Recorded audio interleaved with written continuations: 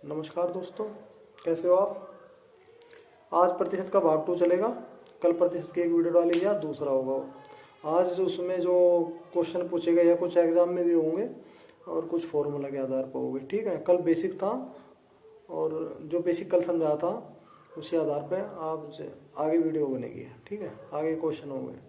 जैसे एग्जाम में क्वेश्चन आ जाता है कैसे, एक वेतन, नोट करते रहना आप और पहले समझ लो उसके बाद नोट कर लेना। ठीक है, जब वीडियो को रोक रोक के नोट करते रहना, देख लेना एक बार।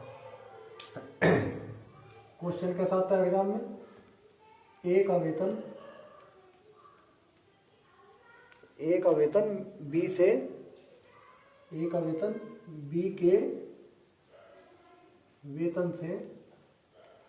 ये क्वेश्चन जो पीछे कोई एग्जाम हुआ है, एसएससी का हुआ या रेलवे का हुआ, उनमें आए हुए हैं। ठीक है, बी के वेतन से 40% अधिक है। एक वेतन बी के वेतन का 40% है, बी के वेतन का 40% है, इस प्रकार होता है। एक वेतन बी के वेतन का कितना है, 40% है, लेकिन बी का वेतन सी के वेतन का 60% है। बी का वेतन सी के वेतन का 60% है। ठीक है, क्वेश्चन क्या है, ए का वेतन बी के वेतन का 40% है और बी का वेतन सी के वेतन का 60% है। तो तीनों का सम्मिलित वेतन प्रति माह 9200 रुपये है। जो तीनों का मिला लिया, यानी ए प्लस बी प्लस सी, तीनों का रुपये दे देना ना, 9200 रुपये प्रति माह है कि तीनों की तनख्वाह। ए की तो ज्यादा किससे, बी से, बी की ज्यादा वो ए का वेतन बी के वेतन का 40% है और बी का सी के वेतन का 60% है, लेकिन तीनों का मिला के सम्मिलित प्रति माह एक कितना दिया, 9200 रुपये दिया। ठीक है, फिर पूछ लिया कि ए का वेतन कितना है, ए का वेतन पूछ लिया, ए का कितना वेतन है ये पूछ लिया, या बी का भी पूछ सकता था, कुछ ही पूछ सकता था। ठीक है, तो इस प्रकार के क्वेश्चन आते हैं एग्जाम में।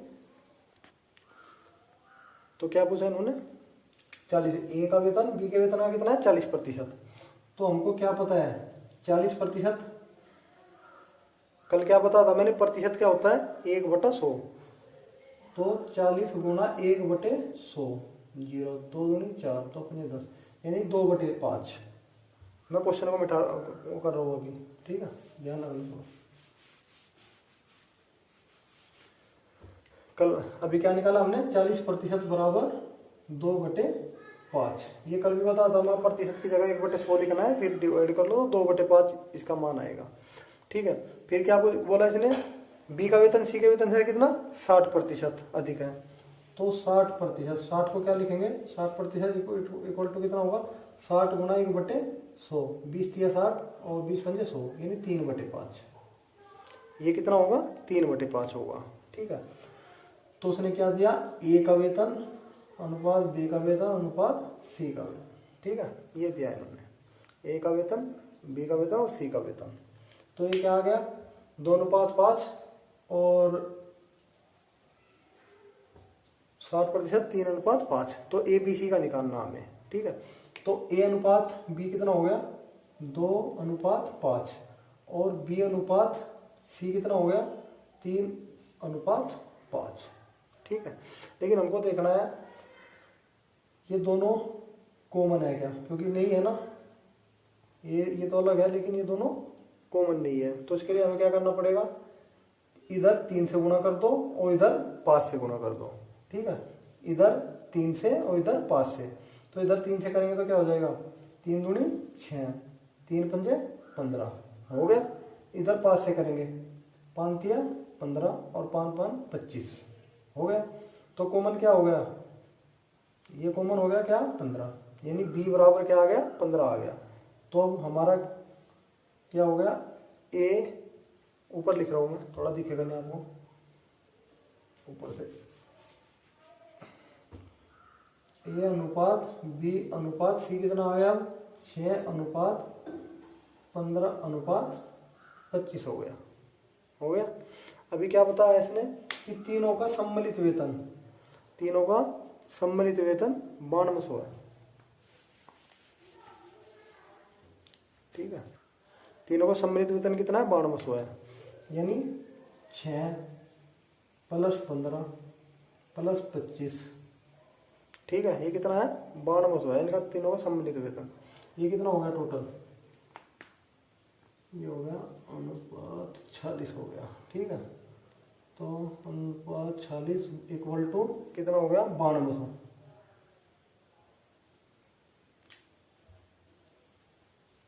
ये तीनों का सम्मिलित वेतन कितना था 9200। तो ये कितना हो गया 15 6 21 25 40 हो गया। अनुपात 40 = 9200। 40 से इसको वो कर दो, 40 दूनी 92 200। तो ये कितना आ गया 200 आ गया, 200 अनुपात = 200 आ गया। तो इसने किसका मान पूछा है हमसे, ए का। ए का कितना है 6, ए = 6 है, तो 200 × 6, तो 200 × 1200, तो 1200 हो गया।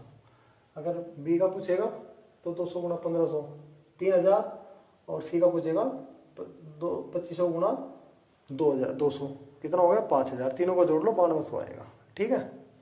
ऐसे निकालना है, समझ में आया।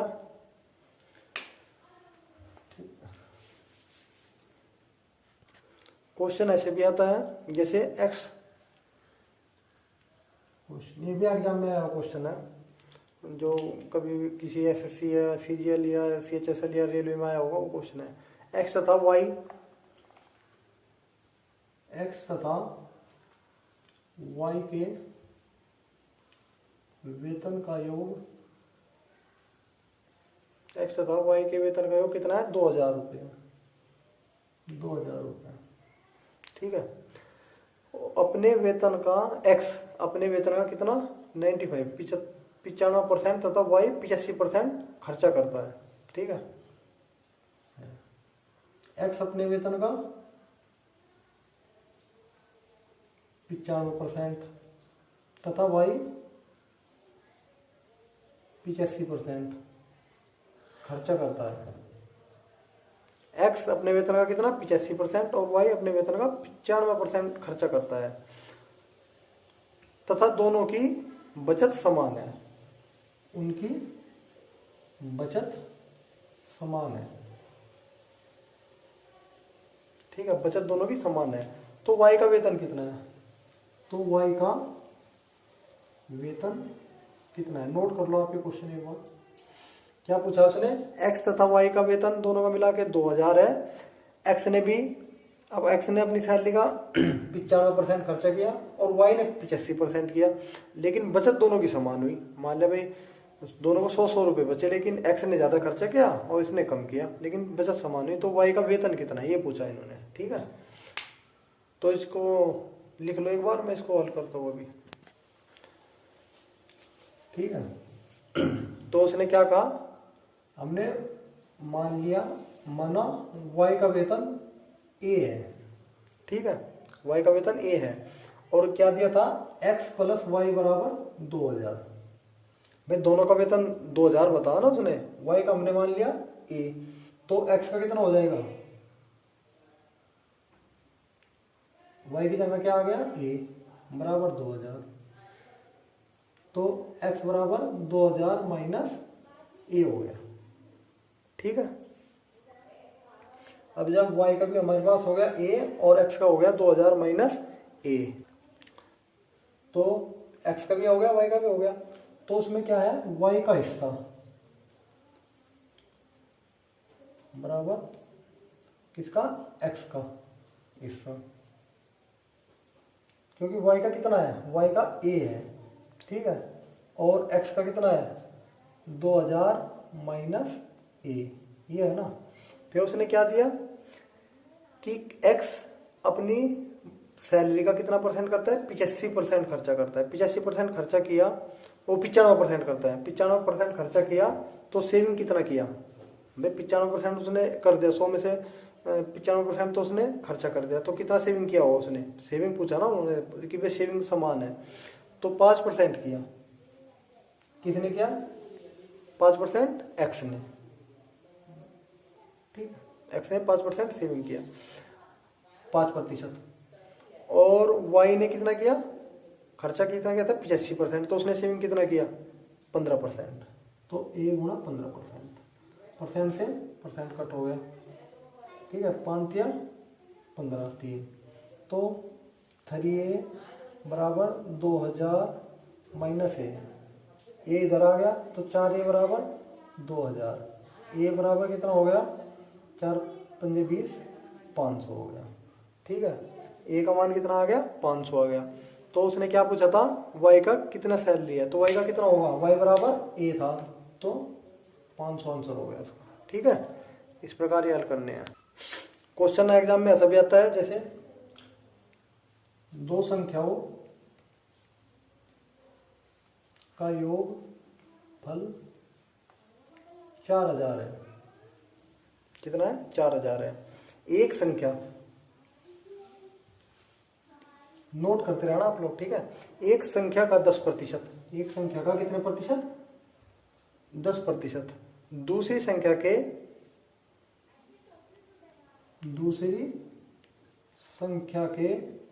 6 से 2/3% के बराबर है, ठीक है, के बराबर है। तो क्या पूछा उसने, क्या बता, दो संख्या का योगफल तो कितना हो गया 4000 हो गया। एक संख्या का 10%, दूसरी संख्या के 6 से 2/3% के बराबर है। तो संख्याओं का अंतरफल कितना है, संख्याओं में कितना अंतर है, अंतर पूछा, ठीक है। नोट कर लिया आप लोगों ने, देख लो एक बार, नोट करो इसको। दो संख्याओं का योगफल कितना है 4000 है, एक संख्या का 10%, दूसरी संख्या के 6 से 2/3% के बराबर है, दोनों का अंतर पूछा। ऐसा क्वेश्चन भी आता है, ठीक है। ये होगा कैसे, एक संख्या, पहली संख्या मान लिया क्या है x है, पहली संख्या x है, तो दूसरी संख्या कितनी होगी, क्योंकि दो संख्याओं का योग कितना दिया 4000 दिया, तो दूसरी संख्या 4000 माइनस x होगी, ठीक है। तो दूसरी संख्या कितनी होगी 4000 माइनस x, क्योंकि भाई दोनों का योग कितना दिया 4000 दिया, और एक x मान ली तो दूसरी 4000 माइनस x होगी, ठीक है। तो पहली बताया क्या उसने, पहली संख्या बराबर दूसरी संख्या, ठीक है। तो पहली संख्या कितनी है x है, बराबर 4000 माइनस x, ठीक है। तो उसने कहा पहली संख्या का 10%, तो पहली संख्या का 10% x का 10%, दूसरी संख्या के 6 से 2/3, 6 से 2/3 का मतलब कितना हो गया 20/3 हो गया, 6 से 2/3, 36 18 2 20, 20/3 यानी गुणा 6 से 2/3%, तो ये हो गया प्रतिशत से प्रतिशत गया, तो ये हो गया कितना x गुणा 10 बराबर 4000 माइनस x गुणा 20/3 हो गया, ठीक है। 10 दूनी 20, 3 का इधर आ जाएगा तो 3x हो गया, 3x इधर कितना हो गया 2 चौक 8, 8000 माइनस 2x, 2x इधर आ गया तो कितना हो गया 3x प्लस 2x बराबर 8000 हो गया, ठीक है। और 5x बराबर 8000 और 5 से इसे करो कितना हो गया 1600 हो गया, ठीक है। तो x बराबर कितना आ गया 1600 हो गया, ठीक है।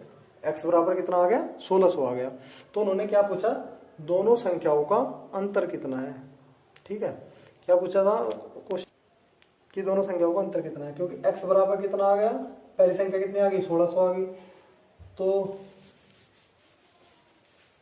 दूसरी संख्या कितनी हो जाएगी 4000 माइनस x ना आया हमारा 1600 आया, तो 2400 हो गई। दूसरी संख्या कितनी हो गई 2400, पहली 1600 हो गई, दूसरी 2400 हो गई। दोनों का अंतर कितना हो गया भाई, अंतर सिंपल सी बात है, अंतर कितना होगा, दूसरी 2400 में से 1600 हो गए, कितना हो गया 800 का अंतर हो गया, ठीक है।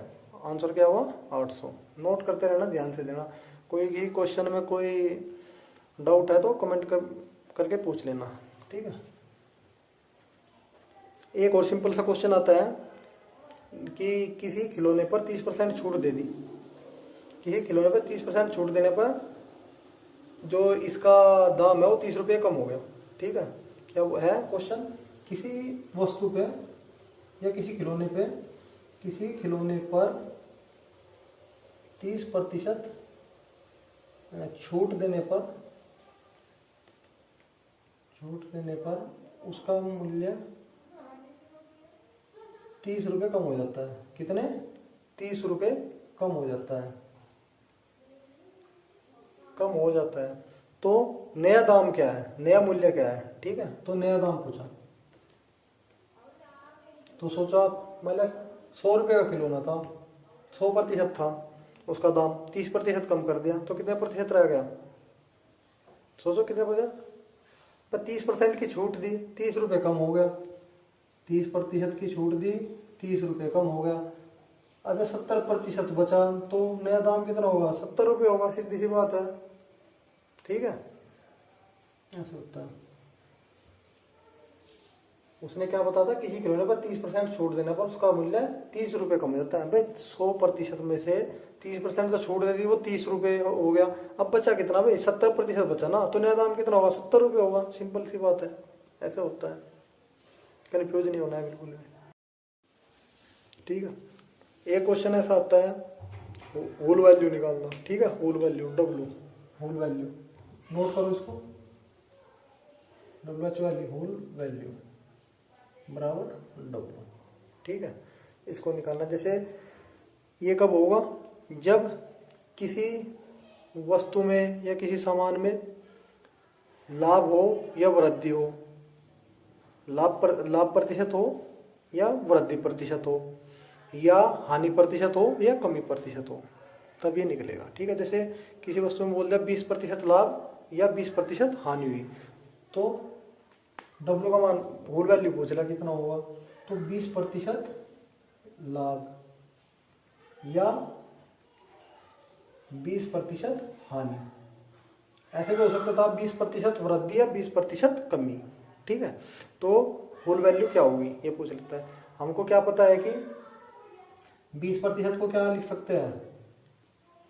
1/5 लिख सकते हैं भाई। प्रतिशत का मतलब क्या होता है? 1/100 होता है, यानी 20 गुणा 1/100, तो 20 पंजे 100, तो 1/5 हो गया।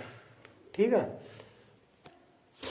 कि क्या होगा? 1/5। लेकिन जब लाभ हो, मैंने क्या कहा? 20% लाभ, तो 20% का हमें मतलब पता है कि वैल्यू क्या होगा? 1/5 होगी। लेकिन होल वैल्यू कैसे होगी? जो ये है इसको 1 + 5/5, तो 6/5 इसका आंसर होगा। ठीक है, क्या बताया मैंने? जब 20% लाभ होगा या वो मतलब प्रतिशत लाभ होगा या प्रतिशत वृद्धि होगी, तो क्या करना है हमें? 20% का मान हमारा 1/5 है, तो उसमें जोड़ना है। ठीक है, उसमें अंश में हर को जोड़ना है और अंश को वही रखना है अगर वृद्धि होगी। और अगर यही बोल दे कि 20% हानि में क्या बोला था अभी? 20% हानि या 20% कमी, तो उसमें क्या होगा? 20% का मान अभी बता हमने क्या होता है? 1/5। 20% बराबर 1/5, तो उसमें क्या होगा? 1/5, इसमें क्या होगा? 1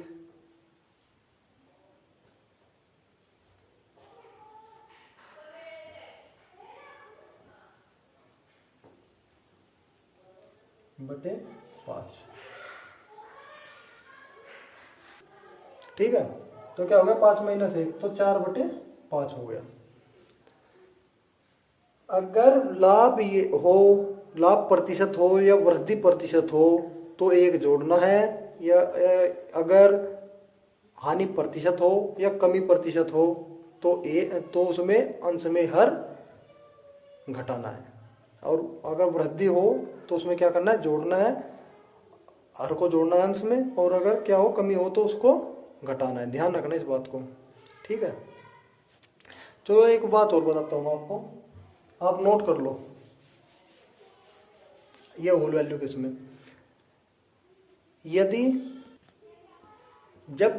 आपको क्रिया मूल्य का पता रहेगा प्रतिशत लाभ या प्रतिशत हानि पता रहेगा। और विक्रय मूल्य पूछे, क्या बताया मैंने, क्रिया मूल्य का पता रहेगा।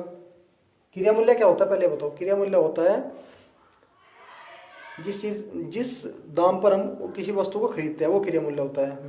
विक्रय मूल्य क्या होता है, जो हम बेचते हैं, जिस दाम पर हम बेचते हैं। मान लिया मैंने ये पेन 10 रुपये का खरीदा, ये क्या हुआ, क्रिया मूल्य। और मैंने इसको 20 रुपये में बेच दिया, वो क्या हुआ, विक्रय मूल्य हुआ। तो उस पर लाभ प्रतिशत या लाभ हानि प्रतिशत पूछे, ठीक है, वो होता है क्रिया मूल्य विक्रय मूल्य। तो अभी क्या है, क्रिया मूल्य पता रहेगा, प्रतिशत लाभ या प्रतिशत हानि पता रहेगा। क्रिया मूल्य का पता है, मान लिया हमें क्रिया मूल्य पता है, लाभ प्रतिशत पता है, भाई कितने प्रतिशत इस पे लाभ हुआ या कितने प्रतिशत हानि हुआ। और विक्रय मूल्य पूछे, और विक्रय मूल्य पूछे, ठीक है। तब क्या करना है, तब सीधा सीधा क्रिया मूल्य में होल वैल्यू जो W आया था, अभी मैं W निकालना सीखा ना, तो उसका सीधा गुणा कर दो तो विक्रय मूल्य प्राप्त हो जाएगा। क्या करना है, क्रिया मूल्य में W से, W का मतलब क्या है, होल वैल्यू, होल वैल्यू जो अभी निकालना सिखा था, ठीक है। होल वैल्यू का सीधा गुणा करने पर,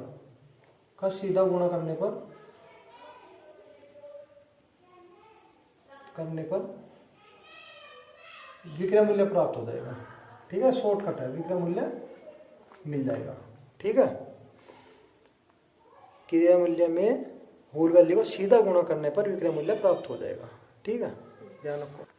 और अभी एक बात हो नोट करने का, जो मैंने अभी कई बार बता चुका हूँ कि होल वैल्यू का हमेशा ध्यान रखना, या तो प्रतिशत लाभ होगा या प्रतिशत हानि होगी या प्रतिशत वृद्धि होगी या प्रतिशत कमी होगी, तभी होल वैल्यू निकलेगा। ऐसा नहीं कि ये बोल दे कि कमी हो गई या हानि हो गई या लाभ हो गया या वृद्धि हो गई, उसमें नहीं होगा। अगर प्रतिशत लगा होगा तब होल वैल्यू का होगा, ठीक है, ऐसे नहीं होगा। तो क्वेश्चन में ऐसा भी हो सकता है, अगर विक्रय मूल्य पता है और क्रिया मूल्य भी पूछ सकता है, ठीक है। विक्रय मूल्य हमें पता है, विक्रय मूल्य मान लिया पता है कि x है और क्रिया मूल्य कितना है ये पूछ लिया, ठीक है। तो उसमें क्या करना है, जब हमें क्रिया मूल्य का पता रहता था, विक्रय मूल्य पूछते थे, तो हम होल वैल्यू की सीधा गुणा करते थे, ठीक है। और जब विक्रय मूल्य पता है और क्रिया मूल्य पूछा है तो उसका उल्टा गुणा करना है, ठीक है।